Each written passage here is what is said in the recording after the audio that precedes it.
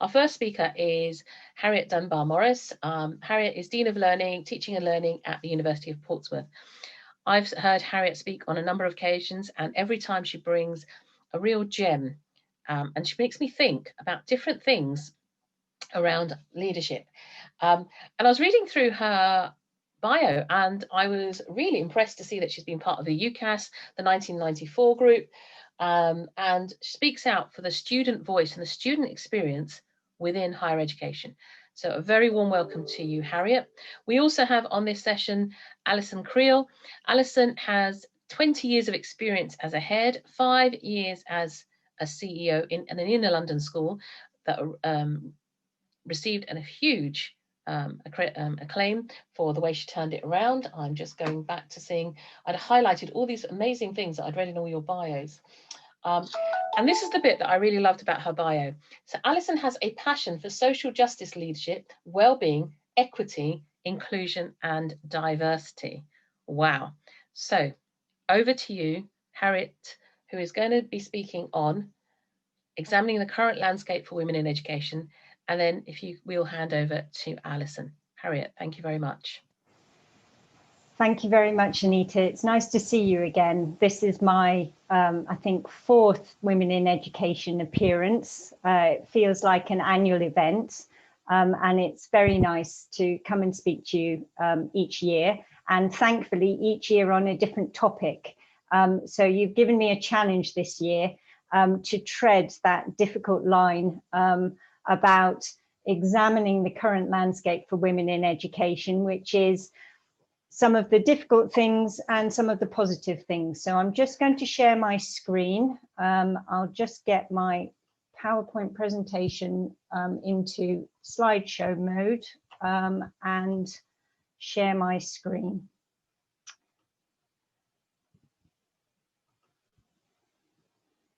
Now you should all be able to see that. Yes, good. So I have put a picture of myself on the front. I think the first thing that it's worth saying is that we should all be proud of who we are and always make sure that we sing our praises, to use Anita's phrase earlier on. We're not very good at that usually. And I quite often have to be pushed to talk about what I do and what my role was on various different things. So that's why I've put my picture on my front slide. It's worth remembering, but that's not the point of my talk today. So I'll move on. You do have here my contact details and my Twitter account if you want to get in touch later on. So I call this slide the Lonely in the Sea of Grey Suits. Because it is quite lonely as a senior manager in higher education, and I will be talking about higher education this morning. I think Alison will be able to talk about the education side of things. So between us, for the audience this morning, you'll get a little bit of university and a little bit of school and college content. In this picture, you can see there are quite a few men in suits, and there are 2 ladies in this picture. One of them is me. At the time, I was one of the sort of middle managers in a university, and since then I've become an associate pro-vice chancellor and then a dean of learning and teaching.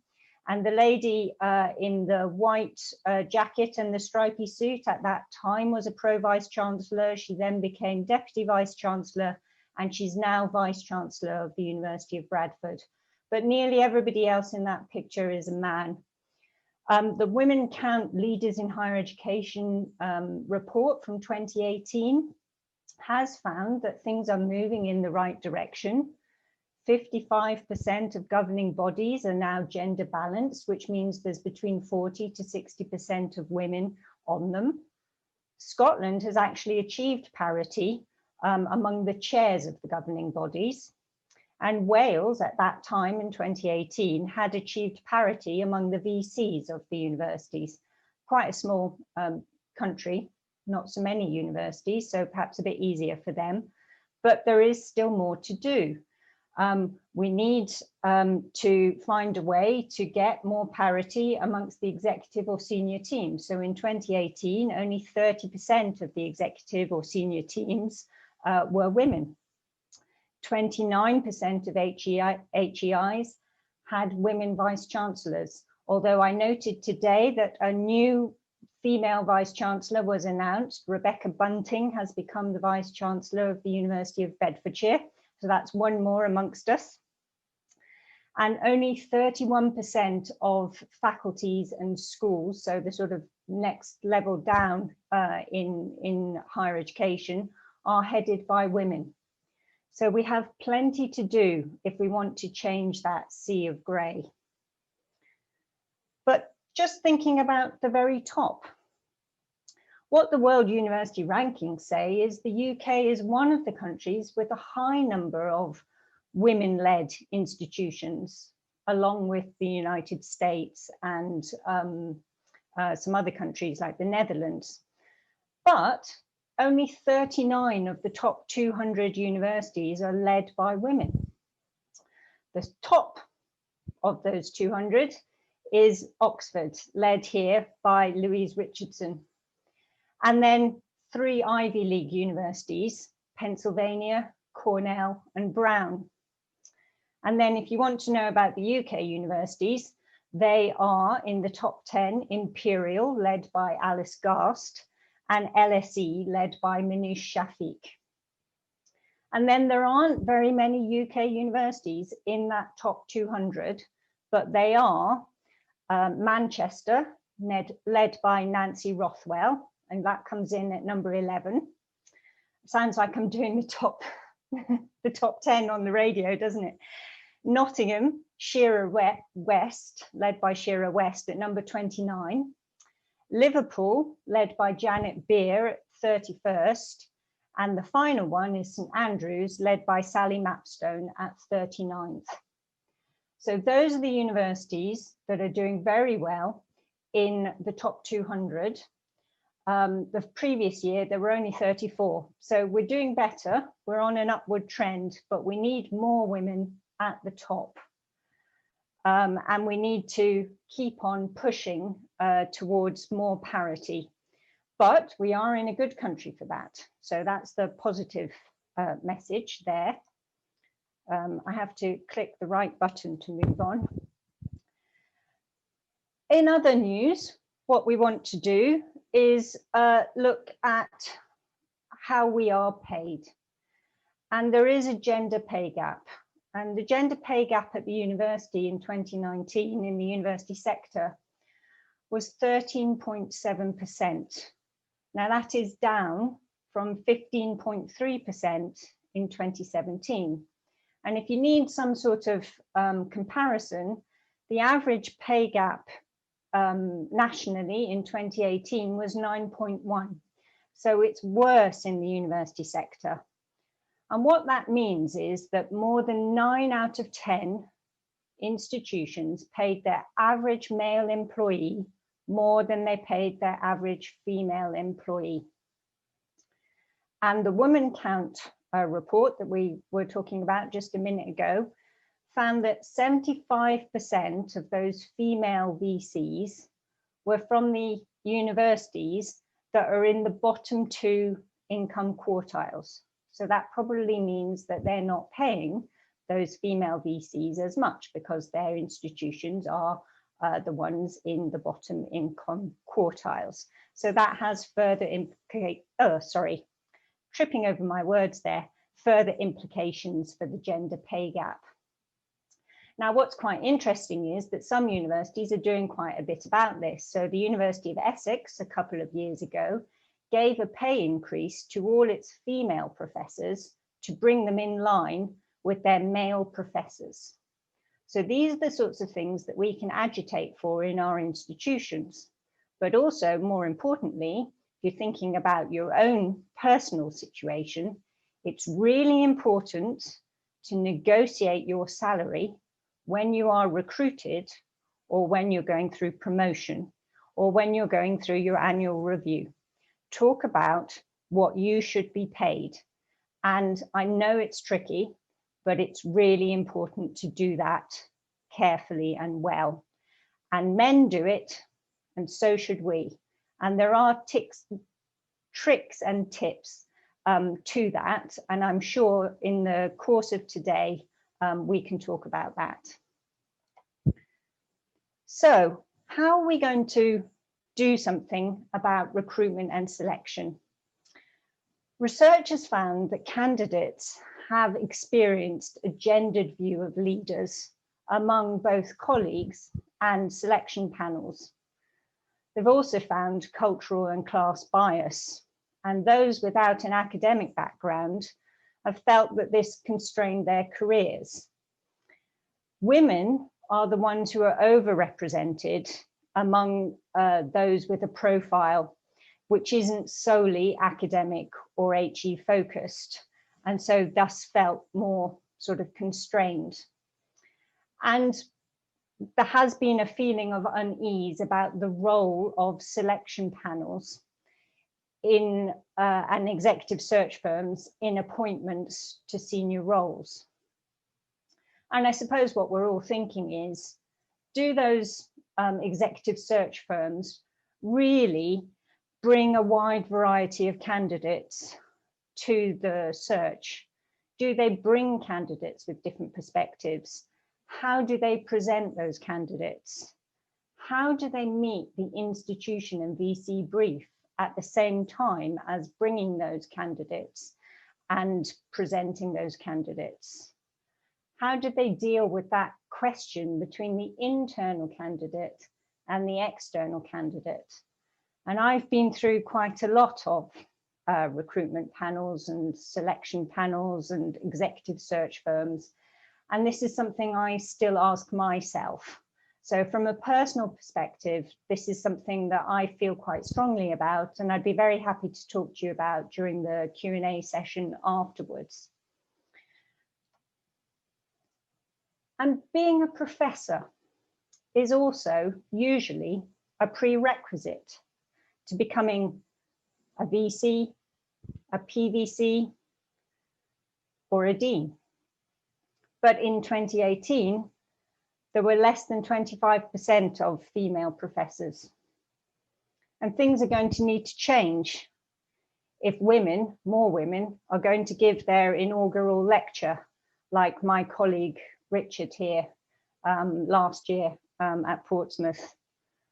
And what's going to need to change? Well, the promotion criteria are going to need to change, because they quite often focus on the quantity of academic papers, the number of external grants, the number of prizes, a lot of things that are quite sort of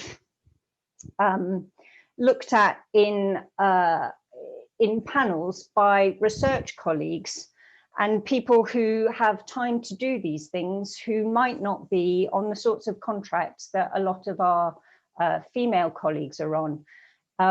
Women are more often on teaching only contracts.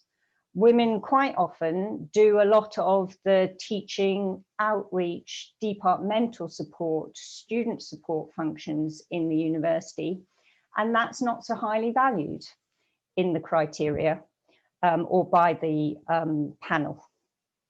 So we need to look at that. And we need to think about what sorts of criteria we can use to explain to those research panels what it is that we do and what is an external marker of our contribution. So here, what we've been celebrating at Portsmouth is the learning and teaching route, and an external marker there is the fellowship of the Higher Education Academy. And that's something that I had to get in order to get my readership at Portsmouth. Although actually the principal fellow in the Higher Education Academy is a criteria for professor, and I had to get it for reader, which is the step below. So I'll have to find something else when I want to go for my professorship. So that's a bit of a challenge for me.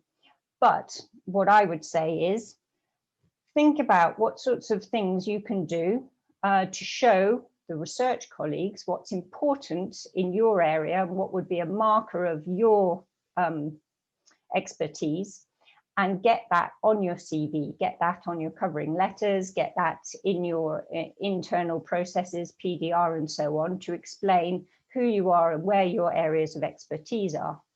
And then down here in the bottom right-hand corner, I've put a little link to a piece on 1HE about a group called Profs in Prep, which I would suggest you might want to look at. It's talking about how we describe those from a learning and teaching or professional practice route, and what sorts of things they might do when they're considering promotion through the learning and teaching or professional practice route.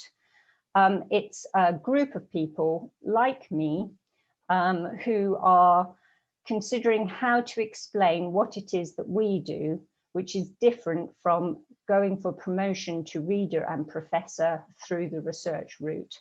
So it's well worth having a look at that. So one of the things that has been found is that aspiring managers need to be geographically mobile. There's an increased expectation that Pro-Vice Chancellors will have worked in more than one university. And there's a reduced opportunity for promotion within one's own institution when posts are externally advertised. Aspiring managers who may not be geographically mobile could be disadvantaged. And of course, women may be more affected than men because they may be less geographically mobile. I myself have found that it's easier to move for promotion than to be promoted internally. And as you can see from this map, all those blue pins, I have moved a lot. I moved from France to the UK. Well, I first of all moved to France, and then from France to the UK. And all of those blue pins show where I have worked in the UK over the last 15 years. It is getting trickier now, though, because research has found that in order to limit the chances of selecting the wrong candidate, appointment panels appear to be using experience as their main indicator of quality. And no one's better able to show experience than somebody already undertaking the role. So sitting PVCs, making sideways moves, become the prime candidates. And for me, that precludes serious consideration of a more diverse candidate pool.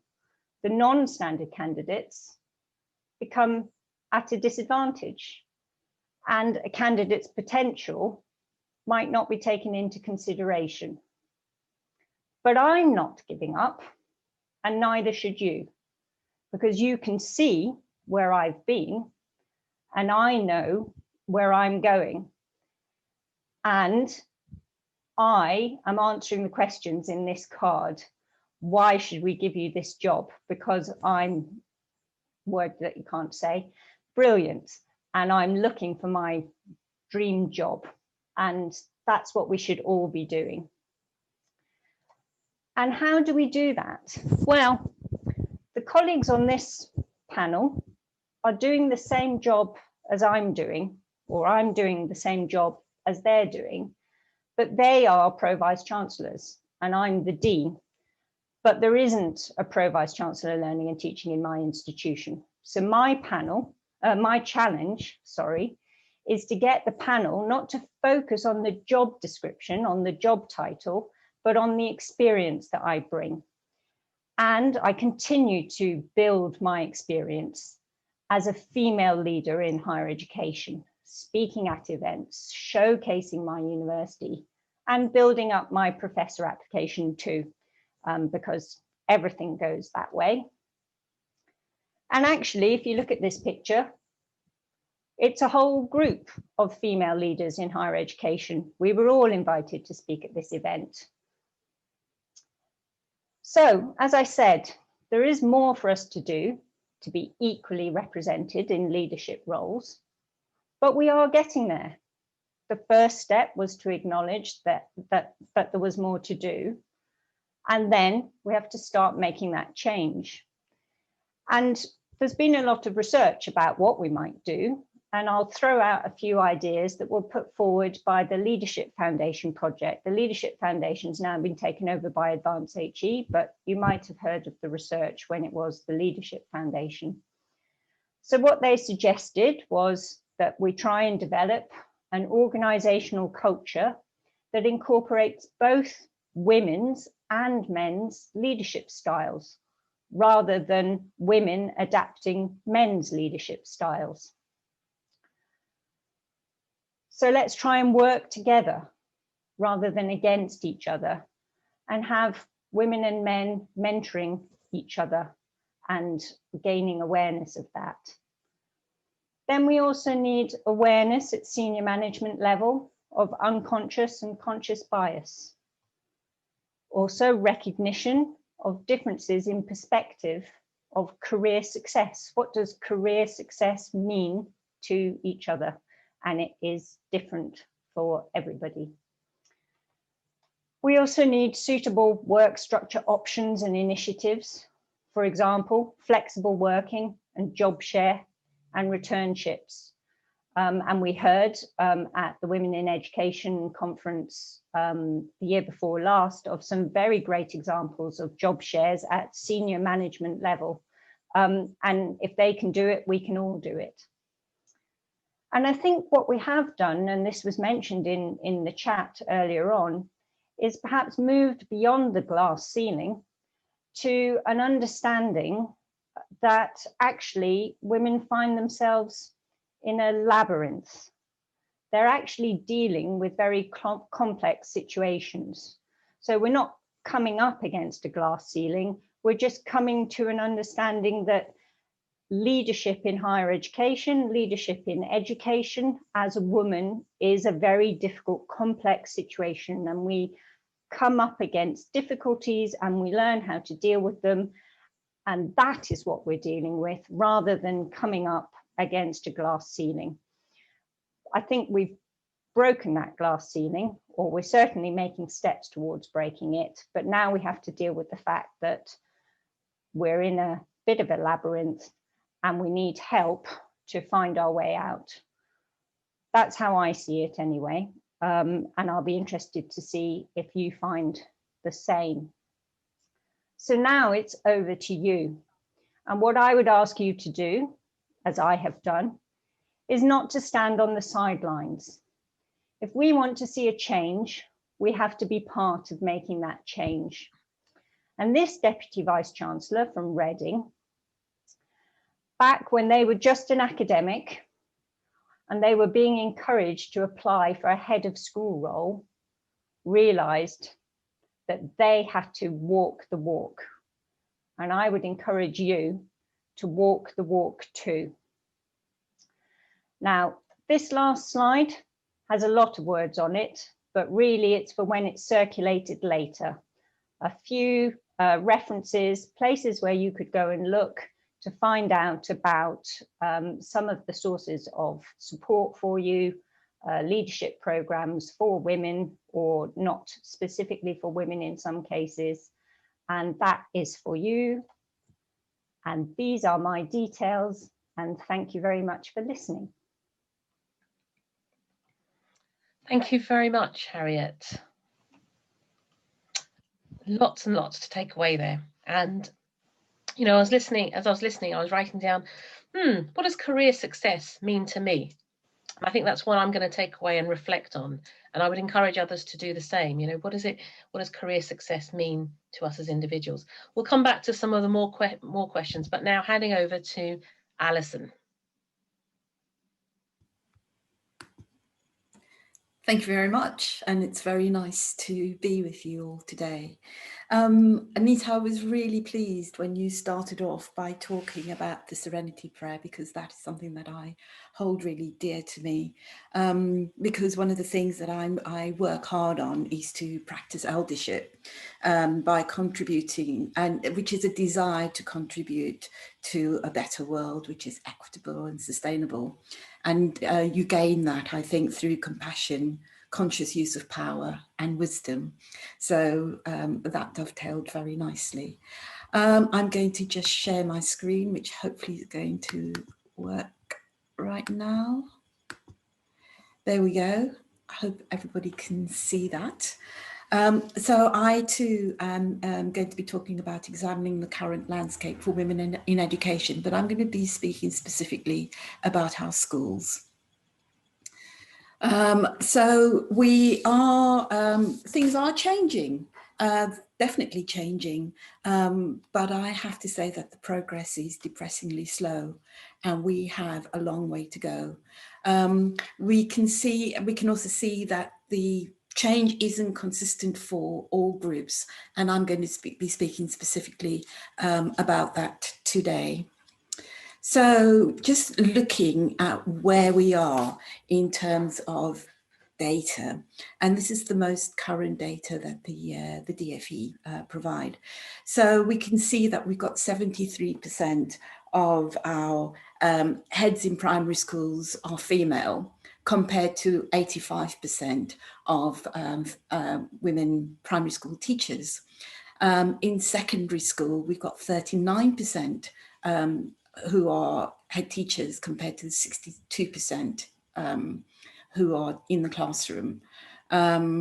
We've got nearly 86% of our workforce are white British, and nearly 93% of our leaders are white British. But sadly, we only have 0.02%, around 277 Black women head teachers. And we've got 0.1% who are assistant head, deputy heads, and heads of school. And very depressingly, the DFE do not collect any data for anyone who goes beyond headship. So going on to be an executive head, there is no data at all about women, and certainly at a CEO level, it's quite depressing. I was at a CEO conference, and I think there are around 2,000 CEOs, less than 100 women. And when I was there, people were shocked to see me because they were not aware that there were any Black CEOs in the country. I've now stood down from that role, and there are 2 men, and there's a woman who's about to become a CEO after Christmas. So things are quite difficult still. Women remain underrepresented in leadership, and the gap between the number of women teachers and women leaders is getting better in the primary school. So I think that the data will be better at the end of this year compared to the data that I'm showing you. But for BAME women head teachers, I actually think it's going to be worse, because my understanding is that a significant number of BAME women head teachers are either leaving or considering leaving, and I'm part of trying to address that problem. Men progress, not only are there are men better represented than women in leadership, but they also progress at a faster rate. And we're also seeing our leaders coming in at headship level at a much younger age. So they've got much less teaching experience, and that wisdom, when I talk about wisdom, I mean lived experience. Obviously that's going to be lacking just because our leaders haven't necessarily been around long enough to really understand everyone, but can technically do the job incredibly well. But the trend for becoming a leader at a younger age was set up by Teach First, who had an expectation that you needed to have a leadership position in your third year of teaching. And so that just became a sort of trend that lots of others followed. We also know that the male head teachers and above are paid significantly more than women head teachers. And that's because men are much better at managing the performance management process and understanding how to navigate those conversations with governing bodies. And of course, that leads to a big problem. So I'm going to be talking specifically about the lack of black and brown women head teachers, because I know that the gender imbalance is going to be addressed by quite a number of the speakers today. So intersectionality is a really complex problem. And so I'm only really going to be touching on it. And some of the problem, some of the challenge is because how we as Black people perceive ourselves just because of the experiences that we have had. But unless we begin to address the problem about the 0.02% representation in leadership in our schools, the problem is going to continue because obviously we can't be what we can't see. And we're not just modelling for our younger teachers, we're also modelling for the pupils in our school who need to, who will aspire to be like the people that they most see and they admire. And if they're not seeing people in positions, then finding the courage to be a pioneer is always going to be sitting there. So some of the barriers, some of the reasons why I think we've got this incredible problem. I think the first big thing is that there is incredible bias. So our expectations are different of each other. There's a lack of awareness of the challenges that Black and brown women face, and I think that maybe Black and brown women aren't necessarily seen as leaders. And so until we begin to recognize the fact that we have bias at the highest level, things aren't going to change. Harriet talked about the glass ceiling. When you bring in intersectionality, that's where you talk about the concrete ceiling. And obviously that's a tougher ceiling to break through. And some of the things that we hear about is that maybe Black and brown women aren't seen as professional, maybe they often considered to have a bad attitude, maybe the way in which we communicate can be misconstrued. So you're always stepping a fine line. So one of the things that I know I found really hard is that if you directed people, then sometimes people would sort of see that as being an aggressive thing, but if you didn't say it, then you were seen as being too passive or not strong enough. Tone of voice is really complicated, accents are really complicated. And then there's the whole thing around appearance. So we've actually got discrimination. So there are expectations about how our pupils wear their hair to school, and there's definitely that is then cascaded up into how women wear their hair to school. And I know lots of people spoke to me about the need to tidy my hair up so that I could look more professional. And it's difficult to understand why we have a code, a dress code which is specifically for Black people in terms of how they keep their hair. There's also quite a lot of disregard around merit. Our competence is questioned. So often I'm talking to people who are going through capability processes for very, very small things, which probably need to be addressed. But if it was a different person, then maybe they would have followed an informal process rather than a formal process. And I also find time and time again, women, Black women are often overlooked for promotion.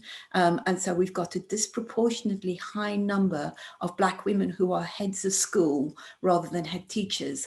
And the difference there is that head teachers can lead on policy practice, they can set the tone for the school, they have the authority to make decisions about the day-to-day running of the school, whereas heads of school, they have to do what their executive head teacher tells them to do. So they basically carry all of that responsibility without having any authority, and that's a very difficult way in which to navigate. Imposter syndrome obviously is something that we all struggle with to a greater or to a lesser degree. And for us, I think that the biggest thing is imposter syndrome. With imposter syndrome, I'm falling on my words here, the biggest difficulty is belonging. So belonging is a basic need. I know on the Maslow triangle, it's in the middle, and that's where we're talking about belonging to our family and feeling loved. But I think in the workplace, belonging needs to be much, much higher up in that triangle, because it is a basic need. And if you don't feel like you belong, if your face doesn't fit, then it can lead to feelings, to physical illness, anxiety. You can be flooded by emotion, and there's awkwardness. It's very, very hard to feel like you belong if you're the only person in the room. And this happened to me time and time again. Of course, you learn how to deal with it. But that feeling of discomfort is acute, and it takes enormous courage to be oneself. And we know that when you have to compromise yourself so that you feel like you can belong, it's hard to do your very best, or to be seen to be doing your very best. The other thing that we know about is Sheryl Sandberg and others talked about the whole applying for job routine, where men will apply for a job if they can do 60% of the job specification, and they know that they can grow into the job. And women will often only apply if they can do all of the jobs. So we don't aspire to grow into a job in the same way. We apply for jobs that we can already do, which can lead to incredible feelings of dissatisfaction. And of course, Black women go that extra step. So you often find that a lot of Black women who apply for jobs will have 2 masters and all of those sorts of things, because they feel that the more qualified they look on paper, the more suitable they'll be for work. The other thing is availability of work. So most women are doing 2 jobs, one paid and one unpaid. The paid job is a job in a school, and then the unpaid job is a carer role, whether it's for children or for older family members and friends and all of those sorts of things. And when you've got those responsibilities, moving to work or having a longer commute is much, much more difficult. And so women tend to stay in the same role, in the same school for a significant period of time, compared to men who are much more able to have the flexibility to move. And then, of course, holding down those 2 posts of responsibility, plus this whole concept of the moment of not feeling that we're good enough, and also overworking leads to burnout, to be burnt out. And women are often time poor and exhausted just by all the responsibilities in school and out of school, plus the thing that we all struggle with, well, many women struggle with, and that is perfectionism. And equity is the other big barrier that Black and brown women struggle with, because what we're finding is that when we begin to talk about equity or equality, it feels like oppression to those in power, because there's a sense of having to give something up to make room for others. And so we're constantly having to think about how to support that fragility. So lots of people say, well, you know, we don't really have a problem. I'm going to tell you about two people that I know. The first person is a woman called Sandra, who went to a school as an NQT, and she did incredibly well. She's very introverted, but she has incredible relationships with her pupils, who really warm to her and she warms to them. And as a consequence, she's not managing behavior, and she can do because the pupils want to be in her lessons, and they do incredibly well. And she's got incredibly high results in her school. She's head of faculty and all of those sorts of things. She's head of maths, and the maths results in the school year after year are the highest in the school. She wanted to become an assistant head. Her face didn't fit. She wasn't part of the in crowd in the staff room. And they said that maybe she was just too quiet to become an assistant head. And so she left. And she's now working. It took her 20 interviews to get an assistant headship. And she's now in a school where she doesn't really enjoy being, but she is there doing what she can and missing her old school. And then we've also got Juliet, who's got a PhD in chemical engineering. She's been head of faculty for 15 years. She wants to become a head teacher, and she is constantly being told that maybe she's too old for the demands of the job. And I think that if you are a Black woman with a PhD in chemical engineering, you should actually be able to pick your job, and yet she's really struggling. One of our biggest problems is governance. Governors understand their power, but I don't think that they understand the impact of how they use their power. Our governors are not representative in any way at all. And these pictures, I simply Googled governors in school, and this is what we're seeing.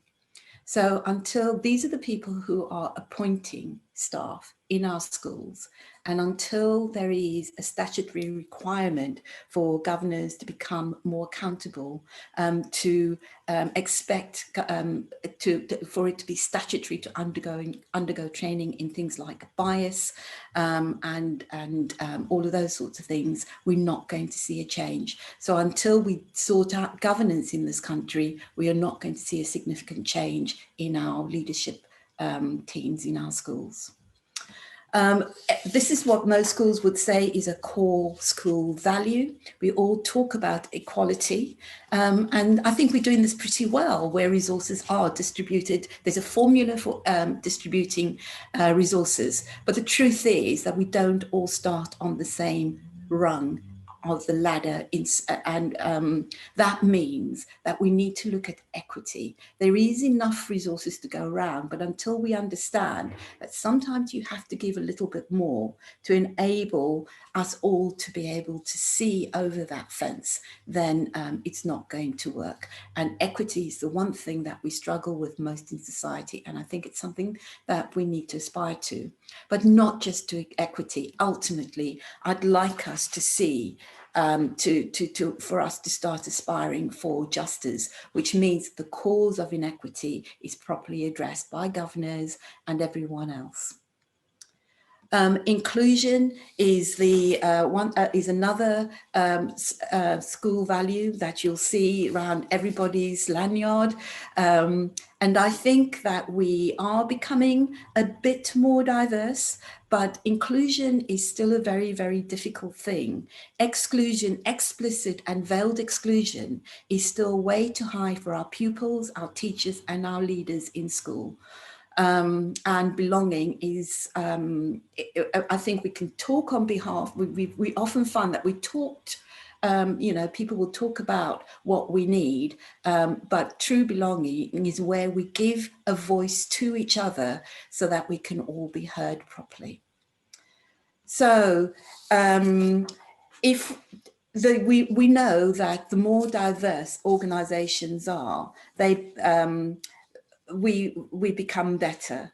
Barack Obama said, research has shown that diverse groups are more effective at problem solving than homogeneous groups, and policies that promote diversity and inclusion will enhance our ability to draw from the broadest possible pool of talent. solve our toughest challenges, maximize employee engagement and innovation, and lead by example by setting a high standard for providing access to opportunity to all segments of our society. So if we apply that in our schools, how amazing would our schools be? So basically, when we sort out diversity in our schools, then we'll become better. And lots of people will say, but my schools are all white, all our pupils are white, I live in a white society. Our white children need to understand that Black people can be leaders too. And the best way you do that is by modeling it in our schools. It's a responsibility for all us to grow leaders. This is me with my the last leadership team that I was very proud to lead, and I made it my responsibility to make sure that I enabled all of them to become leaders, and they are all leaders now. So in the right environment with the right mentor, it makes the biggest difference. So actually change the mindset of our school leaders as well as our governors. I have to say, these people could not have been better, and what we achieved in our schools happened because I had incredible women who were working with me. Thank so you. if we are going to, I'm just about there. So if we are going to extend the table, then we need to speak about what successful schools will look like. There's a really good review, the McGregor-Smith review, which was done in the UK, and it shows that diverse organisations perform better, have higher employee satisfaction, better outcomes, and more innovation. So we have a long way to go before in our UK schools before race, gender, and equality is evident. But if we do want to become world leaders, and I think that we do want to be world leaders in education, then we need to look at how we extend that table. And ultimately, my call to action is to choose to be part of the change and to choose courage over comfort, and to think about how we can actively become real elders in our schools. And if you want to stay in touch with me, please do. But thank you very, very much for the opportunity to speak today. Thank you, Alison. There were lots of points that I want to pick up on, but we've got some really good questions. So I think I'm going to take us straight into the questions. So this one is for you, Harriet. The data that you mentioned from the 2018 report, how is that broken down into Russell Group and non-Russell Group data? It isn't broken down. It's a report across the sector. I think and it's from 2018. I think there would have been a report in 2020, but I imagine that was probably delayed by COVID-19 pandemic. I would like to see if they do update that report this year or perhaps next year. I think it is possible to get some of that data by the Russell Group and other breakdowns. Other groups tend to change their membership, so it makes it a bit more difficult. I note that the VCs in the top 200, most of those are Russell Group institutions. There is an interesting report that was in the final slide, the 30% Club, which looks at where we have female members and what the breakdown is, for example, of their chair of governing body and their governing body group and their vice chancellor, and that is by each individual institution. And the 30% Club has a higher education network. So that's worth looking at if you follow that link when you get my slides. But they haven't done it by particular groupings, I'm afraid. Okay, and I think, I'm guessing the second one's also to you because it was around the time of your presentation. How would you recommend overcoming gender and age bias? So we have a 26-year-old who is overlooked for promotion, because is being asked to spend more time in the current role, but not male counterparts are not being asked to do the same. Well, I think, I don't think that is particularly the case of just women. I think that does tend to happen to everybody who is younger, that people will say you need more experience, you need more experience. I think it is perhaps to do with how we describe our experience. So as you said in your introductory comments, Anita, we sometimes, not to generalize everybody, obviously, but we do sometimes tend to talk about different things when we're talking about our experience. And actually, if we think about impact, what did I do? What would not have happened if I had not been involved in a project, in an initiative? If I had not done something, what would not have happened in my institution, whether that be a school or a university, a college? We need to get sharper at describing what we did, because it's not about the number of years you spend in a role. It's about what you achieved in that role. And men sometimes are better at saying in short, snappy ways, and this is from my experience on recruitment panels, I did this and I was responsible for this and I led this. Whereas women are much more team players, and they talk about what they did and how they were involved in something and how they were part of a team and they collaborated on something. And that all sounds lovely. And that is probably how they feel about it. But it's not what the panel are looking for. They're looking for experience. They're looking for something that shows that you could lead something. And you might very well have been the leader on that project, but you haven't used those words. And the men use those words. And actually, they were probably part of the team as well, but they've just described it differently. And those are the sorts of things that you need to look at in your applications, your promotion, when you go through your appraisal, to talk with your line manager about how you better describe what you did and what the impact was. So it's not so much about age, it's just about how you describe your experience and your impact, I think. And I think what you've shared can also be kind of transferred to our question 3, which is just kind of, which is also just talking about that within school context, you know, men are often appointed and the reason given is they are the best person for the job, which often isn't the case. And how do we challenge this? So very briefly, in 30 seconds, Alison, any response there? I think that Harriet has answered that very well, and just basically to say, this is what I did, and this is how I did it, rather, and to absolutely believe that you can do it.